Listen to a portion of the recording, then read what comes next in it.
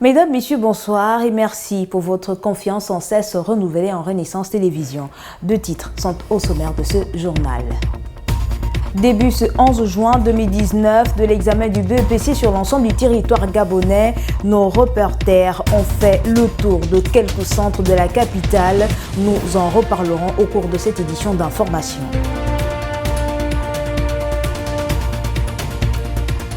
Et puis, Maître Louis-Gaston Maïla était en conférence de presse hier à Libreville à l'occasion du 10e anniversaire du décès de l'ancien chef de l'État gabonais Omar Bongo Ondimba. Il nous parle de l'homme dans ce journal. Voilà pour les titres et parlons d'abord du point de presse qui s'est tenu hier à Libreville de Maître Louis-Gaston Maïla, le président de l'Union pour la Nouvelle République qui a rendu un vibrant hommage à feu président Omar Bongo Ondimba en retraçant le vécu de l'homme. Suivons cet extrait. J'ai reçu beaucoup de courriers, j'ai reçu beaucoup d'appels. Des Gabonaises, des Gabonais qui me disent « Mais Maître Maïla, c'est bien de célébrer Omar Bongo, mais il n'était pas seul. Pourquoi vous ne célébrez pas les autres personnalités ?» J'ai répondu à la personne « Mais si nous célébrons Omar Bongo aujourd'hui, c'est parce qu'il y a une fondation Omar Bongo qui prend l'initiative, qui met à disposition les salles, les photos et tout. Et je crois que c'est le moment d'inviter les politologues, d'inviter mes amis, tels que Wilson Ndombe, Osatanga, Vigneault, et tous les politologues, de créer une fondation de sciences politiques.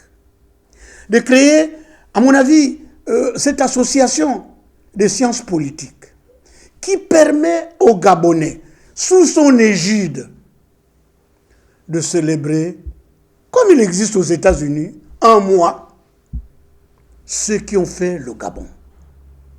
Ceux qui, les premiers, se sont essayés à cet exercice difficile qu'est gouverner. Ce mois nous permettrait d'évoquer en détail le président Léomba, que malheureusement, beaucoup de jeunes ne connaissent pas. Malheureusement, même les gens de mon âge ne connaissent pas ou connaissent très mal. Ceci nous permettrait de revisiter toutes ces figures qui ont fait le Gabon. L'excellent livre de mon ami Wilson Ndombe retrace la création des partis politiques, l'impact des uns et des autres, les René-Paul Souzat, des personnes qui ont joué un rôle éminent, tels qu'André-Gustave Anguillet, que beaucoup de gens ne connaissent pas. L'UDEAC, c'est lui, c'est André-Gustave Anguillet. L'Union douanière, c'est lui, c'est André-Gustave Anguillet. Mais qui peut aujourd'hui en parler? Je crois que nous devons faire cet effort dans cette fondation de sciences politiques, peut-être un institut de sciences politiques qui se verrait appuyé par des associations d'autres pays qui travaillent dans les mêmes objectifs pour que nous organisons un mois où nous évoquons la mémoire des uns et des autres. Nous nous adressons aux familles des uns et des autres pour dire « Donnez-nous les photos de Vincent de Paul Nyonda. Donnez-nous les photos de Jean-Hilaire Obam, qui a occupé une place immense dans ce pays. » Comme également annoncé en titre, les épreuves du BEPC ont bel et bien démarré sur l'ensemble du territoire. Le centre d'examen du lycée Paul et Mané-Yégué de Libreville a été l'un des centres visités par nos reporters. Regardons. C'est parti depuis ce 11 juin 2019 sur l'ensemble du territoire national pour des épreuves écrites du brevet d'études du premier cycle BEPC. De nombreux candidats prennent part à cet examen qui sanctionne la fin du cursus au premier cycle de l'enseignement général secondaire. Au centre d'examen du lycée Paul et Mané-Yégué de Lommi, dans le 5e arrondissement de la commune de Libreville, aucun incident n'a entravé le bon déroulement de la première journée de composition. Sur toute l'étendue du territoire, il y a les épreuves écrites du BEPC. Ici à Ouloumi, le lycée Paul et Mané-Yégué, les choses se passent comme prévu, dans le calme et la sérénité. Le président du centre d'examen définit les heures du début des épreuves. Les épreuves vont démarrer à 8h pile. Là, les enfants sont sortis puisque les épreuves du matin sont terminées. ils reprennent à 14h. Pour l'heure, il n'est pas encore possible de savoir le nombre de candidats qui n'ont pas répondu présents à cet examen. En ce qui concerne les élèves de 3e du lycée Paul-Emmanuel Yégué de Lomé, les absents seront connus à la fin de cette première journée. Est-ce que tous les élèves de Paul-Emmanuel Yégué ont répondu présents ce matin? On ne peut pas le savoir parce que nous, on n'a pas le droit, les censeurs, le proviseur et les surveillants, on n'a pas le droit d'aller regarder ce qui s'est fait au secrétariat. Ils sont indépendants. Ils n'ont des comptes à rendre qu'au directeur général des examens et concours, pas à nous. Moi, je suis le chef des centres. Je vous ai dit, tout ce qui nous incombe, c'est rendre disponible l'établissement à accueillir l'organisation du BPC. D'après les dires de ces candidats, les épreuves d'aujourd'hui étaient abordables. Les épreuves sont abordables. Bon, l'épreuve était facile et ça s'est bien débuté. Pour cette première journée, on a trouvé les épreuves vraiment abordables parce que nous avons vraiment eu l'impression que c'était facile. Pour certains, par rapport à moi aussi, c'était vraiment un peu abordable. Donc, c'était bon. C'était très bon pour la première journée. Il est à noter que les candidats dispensés des épreuves pratiques d'éducation physique et sportive vont clôturer la phase écrite des épreuves du BEPC. La mairie du 4e arrondissement de la commune de Libreville a ouvert hier les journées sociales municipales. Pourquoi cette initiative? Réponse avec Gaël Boubouagno-Lenga dans ce reportage. La mairie du 4e arrondissement de la commune de Libreville organise depuis hier dans ses locaux les journées sociales municipales sous le haut patronage du président Ali Bongo Ondimba. Le maire de cette mairie du bonheur explique les raisons de ces journées. Nous sommes toujours dans le cadre de la célébration des 10 ans de disparition du président Omar Bongo Ondimba. Et cet homme était un homme de paix, un homme du partage, un homme du social. Et nous avons donc décidé d'organiser les journées sociales municipales au sein de notre institution. Dans ces événements de grande envergure, plusieurs activités sont pratiquées, lesquelles? Alors il y a un certain nombre d'activités, notamment les activités médicales, parce que vous savez que la fondation Omar Bongo Ondimba attache un grand prix à la délivrance du service médical gratuit. Donc il y a le service médical, les médecins sont là, il y a l'ophtalmo qui est là, il y a également le tribunal de Libreville qui est là pour les questions d'état civil, d'acte de naissance, de succession, de nationalité. Nous avons notre service d'état civil aussi qui est là, le service mariage, voilà. Au Gabon, de nombreux enfants n'ont pas d'acte de naissance, c'est clair et net. Sur ce, le tribunal de première instance de Libreville a répondu présent à ces journées sociales. Et pour quelles raisons? Nous sommes là donc dans le cadre de cette journée parce que le constat est qu'il y a beaucoup d'enfants qui n'ont pas d'acte de naissance. Donc le tribunal de Libreville est là pour orienter les habitants, orienter les populations, les informer sur les démarches, les procédures à suivre lorsque un enfant n'a pas été déclaré dans les délais. Les populations des différents arrondissements de la capitale gabonaise sont venues en masse pour saisir cette opportunité. Elles ont tout de même félicité les initiateurs de ces journées sociales municipales qui ont ciblé avec discernement les manques des populations tels que les sans acte de naissance, les non-assurés à la Caisse nationale d'assurance maladie et de garantie sociale.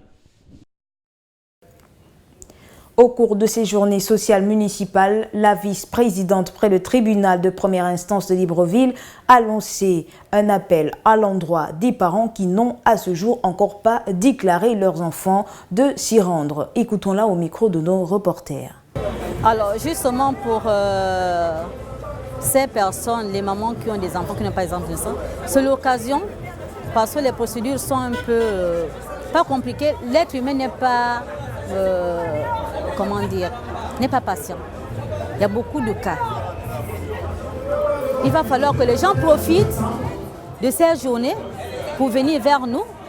Nous allons avec cette caravane-là aider les parents, aider les populations à obtenir peut-être dans un bref délai leur jugement. Que s'ils venaient suivre la procédure normale, ce n'est pas pour dire qu'on va violer la loi, mais on va essayer d'être un peu indulgent envers ces gens-là. Ici, nous avons des cas, donc ils n'ont même pas des frais, parce que la procédure c'est 20 000. Alors, nous avons donc soumis le problème au maire, Catherine Marie nous dit seulement. Donc il a dit qu'il va voir dans quelle mesure il pourra pallier à cette situation. Mais vraiment c'est l'occasion, j'invite ces personnes de venir. C'est la dernière journée aujourd'hui qu'ils viennent pour régulariser leur situation. Parce qu'un enfant qui n'a pas langue d'instant, sur le plan juridique, n'existe pas. Hier, nous en parlons dans notre édition d'information du soir de l'association Djalabari qui a également procédé à la distribution des dons aux populations démunies. L'émotion des bénéficiaires de ces kits alimentaires, c'est toujours avec Gaël Boubouagno-Lenga. Après le retroussement des manches, les nombreuses familles vivant dans le 3e arrondissement de la commune de Libreville sont venues au siège de l'association Djalabari dans le but de recevoir des kits alimentaires. Mais bien avant le partage de ces dons, les populations ont assisté à la prière d'un imam, puis à la messe d'action de grâce à l'intention de feu président Omar Bongo Ondimba. Nous demandons au Seigneur qu'il bénisse cette association, qu'il fasse avancer cette association, que cette association voie de l'avant, Inch'Allah. Pour ce grand jour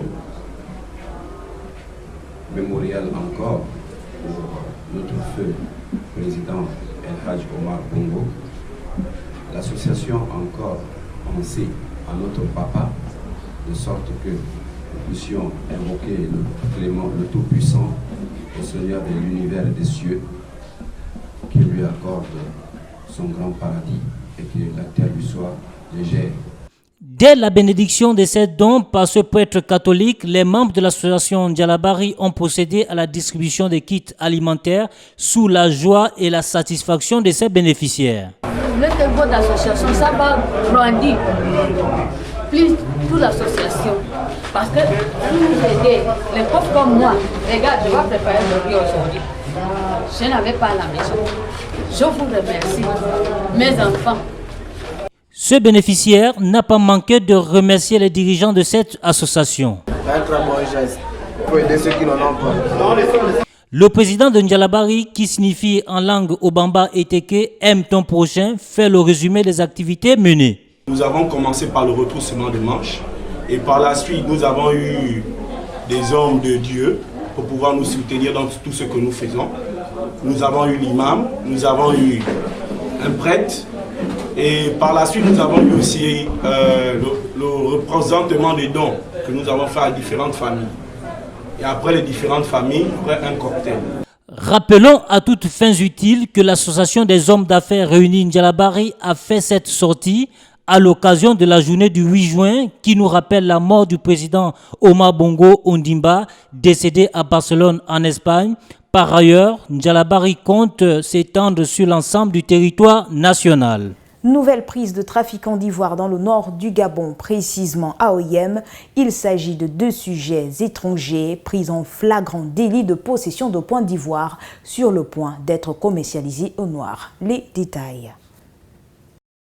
La province du Walantem serait devenue la zone de prédilection des trafiquants de pachydermes, espèces pourtant protégées par l'État gabonais, mais cela ne semble pas freiner ces garnements dans leur élan. Avom, Delali et Ndifo, Hugues, respectivement togolais et camerounais, ont payé les frais de leur boulimie financière en tentant d'écouler sur le marché noir des pointes d'ivoire. Une transaction imminente se peaufinait dans un motel d'Oyem où ils ont été pris d'assaut par les éléments de la DGR assistés par l'ONG Conservation Justice. Ils citeront plus tard leur fournisseur, une dénommée Mugola Cloth Flore, qui aurait agi sur instruction de son mari. Selon elle, elle n'aurait pas pris connaissance du contenu du sac. Pour l'heure, ils ont tous été conduits dans les locaux de la DGR en garde à vue en attendant la suite de la procédure. La deuxième session de formation en coiffure a eu lieu le week-end écoulé dans la commune d'Akanda.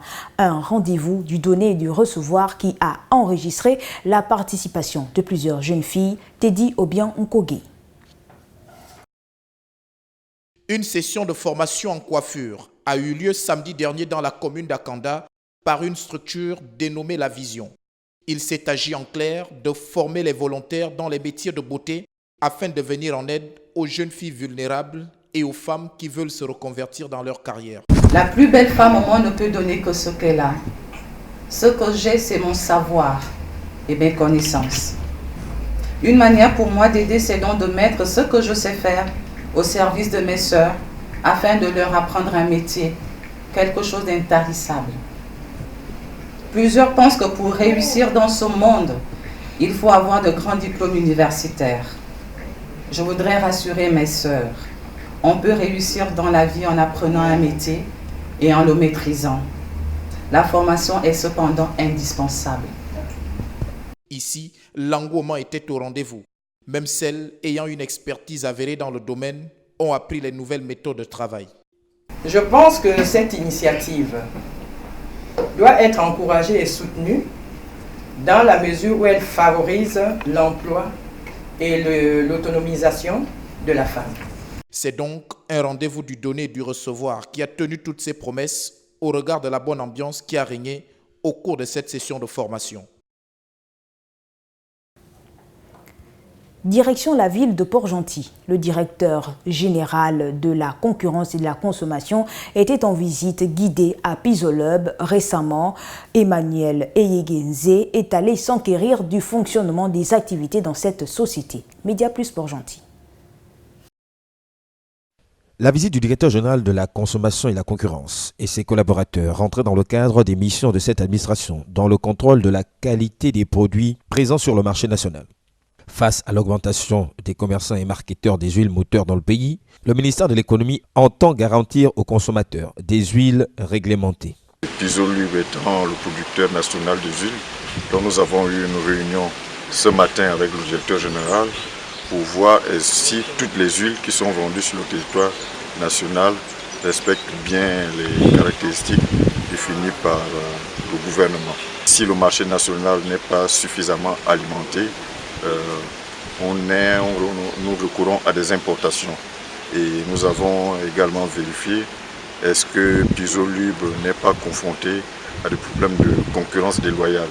Car en tant qu'opérateur et même opérateur national, il faut que l'entreprise soit suffisamment protégée de la concurrence déloyale. Des missions de contrôle auprès de ces opérateurs devraient permettre de retirer du marché des produits non conformes à notre législation. Lorsque vous êtes opérateur national ou bien lorsque vous importez, vous devez disposer d'un agrément délivré par le ministère des hydrocarbures. Donc il faut qu'on s'assure de ça, que tous les opérateurs qui sont sur le territoire aient effectivement cet agrément. Ça, c'est une première chose.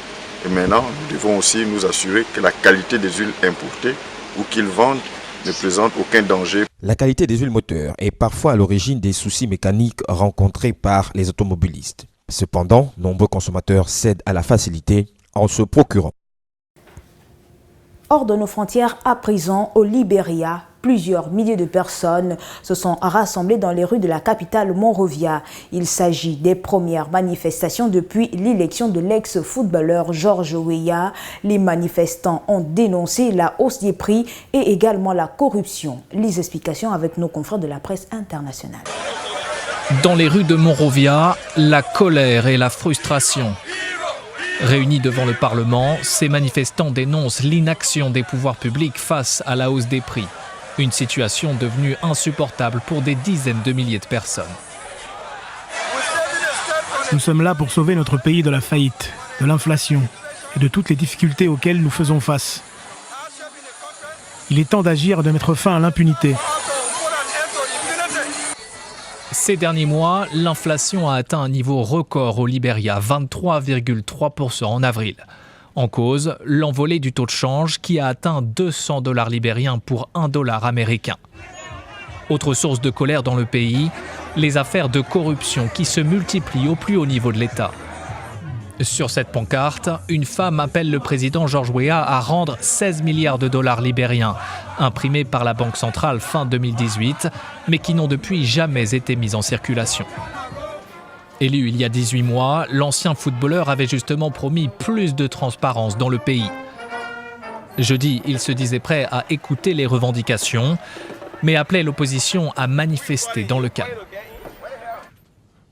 Vous pouvez vous exprimer comme bon vous semble, mais soyez prévenus que les insultes et l'incitation à la violence ne seront plus jamais tolérées par mon gouvernement. La communauté internationale, de son côté, s'inquiète d'une résurgence des violences, alors que le pays reste hanté par une guerre civile qui a fait 250 000 morts entre 1989 et 2003. L'ancien président béninois Thomas Yayi Boni n'a pas pu être auditionné par le juge d'instruction le 7 juin dernier comme initialement prévu. Une audition en lien avec l'enquête sur les violences post-électorales. Ses avocats ont évoqué des raisons de santé lors d'une conférence de presse. Reportage. De plus en plus inquiétante. C'est du moins ce qui ressort des propos de ces avocats qui étaient face à la presse ce samedi 8 juin à Cotonou. Ils ont dénoncé l'assignation à résidence de leurs clients, de même que l'impossibilité pour ce dernier d'avoir accès à ses médecins et le blocus autour de son domicile. Le certificat médical qui a été adressé en copie jointe au juge d'instruction, c'est un certificat médical dans lequel il est indiqué que le président Thomas Boni Yayi, suivi par son médecin depuis plus de 4 ans, est porteur d'une lombo-sciatique hyperallergique, actuellement en crise et invalidante. Le juge d'instruction dépêché au domicile de l'ex-président vendredi 7 juin n'a pu l'auditionner et pour cause la dégradation de son état de santé. Le juge à cette occasion a obtenu les fiches de santé de Boni Yayi, fiches dont les avocats ont détaillé le contenu à la presse. Ce qu'il faudrait savoir, à la date d'aujourd'hui, M. Yayi Boni, sa santé s'est sérieusement dégradée. Il a une tension de 17 sur 10. Aujourd'hui, ces médicaments sont épuisés. Tous les jours, à partir de 4 heures du matin, M. Yayi Boni ne dort plus. La crise sciatique.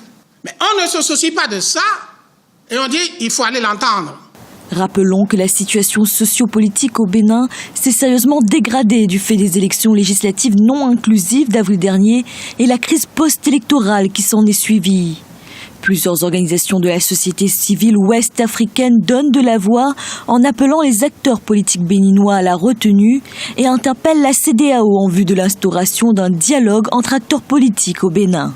Des pains toxiques seraient en circulation sur le marché togolais selon les associations des droits des consommateurs. L'alerte a été lancée le 14 mai dernier. Le pain serait fabriqué à partir de bromate de potassium, un composant chimique qui serait cancérigène. Presse étrangère. Baisse de recettes chez les revendeuses de pain au Togo. Depuis l'alerte donnée par les associations des droits des consommateurs sur l'utilisation clandestine du bromate de potassium dans la fabrication du pain, les consommateurs se font de plus en plus rares, notamment dans la capitale. Je voudrais vendre toute ma marchandise de pain au prix de 10 000 francs, ce qui me permettra de rentrer en possession d'un bénéfice de 2 000 francs. Le syndicat national des boulangers viennois du Togo regroupe une 50aine de boulangeries. Cette mévente inquiète le Sinabo Vito qui se veut malgré tout rassurant. 80% des boulangers n'utilisent plus ce produit-là parce qu'ils se sont rendus compte qu'il y a un produit nocif qui peut nuire à leur propre santé et nuire aussi à la santé des consommateurs. Un arrêté interministériel portant interdiction du bromate de potassium, un produit testé cancérigène mais utilisé pour raffermir la pâte, se fait toujours attendre au niveau du gouvernement togolais. Un document essentiel pour une descente sur le terrain selon la Ligue des consommateurs du Togo. Et après, nous irons à des enquêtes inopinées avec des prélèvements où nous trouverons des réactifs pour tester si le produit est cancérigène ou bien si le produit contenait du bromate de potassium ou pas. Chez les commerçantes de pain, difficile voire impossible de faire la différence entre un pain avec et sans bromate de potassium. Ce produit a été interdit au Bénin en 2005 et dans de nombreux pays. Au Togo, sur une 50aine de boulangeries qui existent, seulement 15 sont reconnues par l'État togolais. Merci de nous avoir suivis. J'espère vous retrouver demain à la même heure dans le même contexte. D'ici là, portez-vous.